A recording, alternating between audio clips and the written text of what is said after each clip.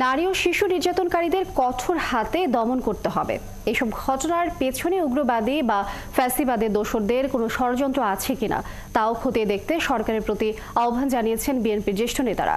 উদ্বেগজনকভাবে বেড়ে যাওয়া নারী নির্যাতন এখনই বন্ধ না করা গেলে বহির্বিশ্বে দেশের ভাবমূর্তি নষ্ট হবে বলেও মনে করেন তারা। আরও জানাচ্ছেন রহিম রোমন। লিলি হালাল বিউটি সোপ, বিএসটিআই কর্তৃক সনদপ্রাপ্ত দেশের প্রথম হালাল বিউটি সোপ, দীপ্তিময় উজ্জ্বল ত্বকের জন্য।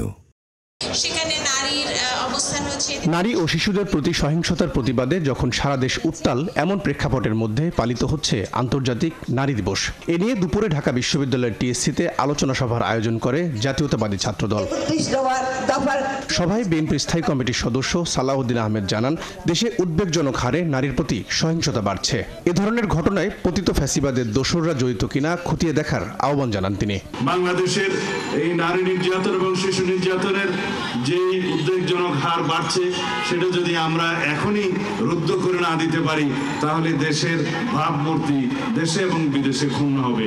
সুষ্ঠু তদন্তের মাধ্যমে প্রত্যেকটি ঘটনার রহস্য উন্মোচন করুন এবং এর মধ্যে পতিত ফ্যাসিবাদের দোষরদের কোনো কারুকার্য আছে কিনা, কোনো কারসাজি আছে কিনা, কোনো চক্রান্ত আছে কিনা আপনারা বের করুন। এদিকে নারী দিবস উপলক্ষে নয়াপল্টনে র্যালির আয়োজন করে জাতীয়তাবাদী মহিলা দল। র্যালি পূর্ব সমাবেশে সাম্প্রতিক সময়ে নারীর সহিংসতার ঘটনাগুলোতে সরকার কার্যকর পদক্ষেপ নিতে পারছে না বলে অভিযোগ করেন তারা। মাগুরা যে ছোট্ট বাচ্চাটা কিভাবে তাকে ধর্ষণ করা হয়েছে, কিভাবে ধর্ষণ করে তাকে আজকে মৃত্যু পথযাত্রী মেয়েটা হয়তো বাঁচবে কিনা জানি না।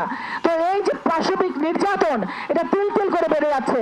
সমাজের যে অস্থিতিশীলতা, সমাজের যে বদভ্যস্তি, সমাজের যে নারী ধর্ষণ, নারী পালন, এটা যদি বন্ধ করতে না পারেন, তাহলে আমাদের বাংলাদেশের জনগণ যে স্বপ্ন নিয়ে এই বাংলাদেশকে আবার মুক্ত করেছে, সেই স্বপ্নটা আমাদের পূরণ হবে। এর আগে নয়াপল্টনে সংবাদ সম্মেলনে বিএনপি নেতা রিজভী আহমেদ সাম্প্রতিক সময়ে ঘটা নারীর প্রতি সহিংসতার ঘটনায় উগ্রবাদীদের মদদ থাকতে পারে বলে অভিযোগ করেন। ষড়যন্ত্রের অংশ হিসেবে দেশব্যাপী নারী হেনস্থার ঘটনা ঘটছে বলেও মন্তব্য করেন তিনি। এই অসভ্যতা ও সহিংসতার পেছনে কোনো উগ্র গোষ্ঠীর উস্কানি বা মদত থাকতে পারে, যারা দেশকে অস্থিতিশীল করে ফায়দা লুটার অপচেষ্টা করছে এবং যাদের লক্ষ্য বাংলাদেশকে একটি অতি রক্ষণশীল রাষ্ট্রে বানানো, যেন নারীরা নিজ দেশে অধিকারহীন হয়ে পড়েন। বিশ্ববিদ্যালয়ে ওখানে কি ড্রেস পরবে একজন রিক্সা থামিয়ে জিজ্ঞেস করছে, এগুলো তো সবই উগ্রবাদিতার লক্ষণ। এটা হতে পারে না এবং এই সমস্ত বিষয়গুলো আজকে সরকার এই বিষয়ে যথাযথ পদক্ষেপ গ্রহণ করবে। কোনোভাবেই যেন জঙ্গিবাদ মাথাচাড়া দিয়ে না উঠতে পারে। রক্ষণশীল দেশ হিসেবে বাংলাদেশকে পরিচিত করতে সাম্প্রতিক সময়ে ষড়যন্ত্রের অংশ হিসেবে একটি গোষ্ঠী নারী হেনস্থার ঘটনা ঘটাচ্ছে বলেও মন্তব্য করেন বিএনপি নেতারা। সংবিধান অনুযায়ী স্বীকৃত অধিকার। রহিম রুমন, ৭১, ঢাকা।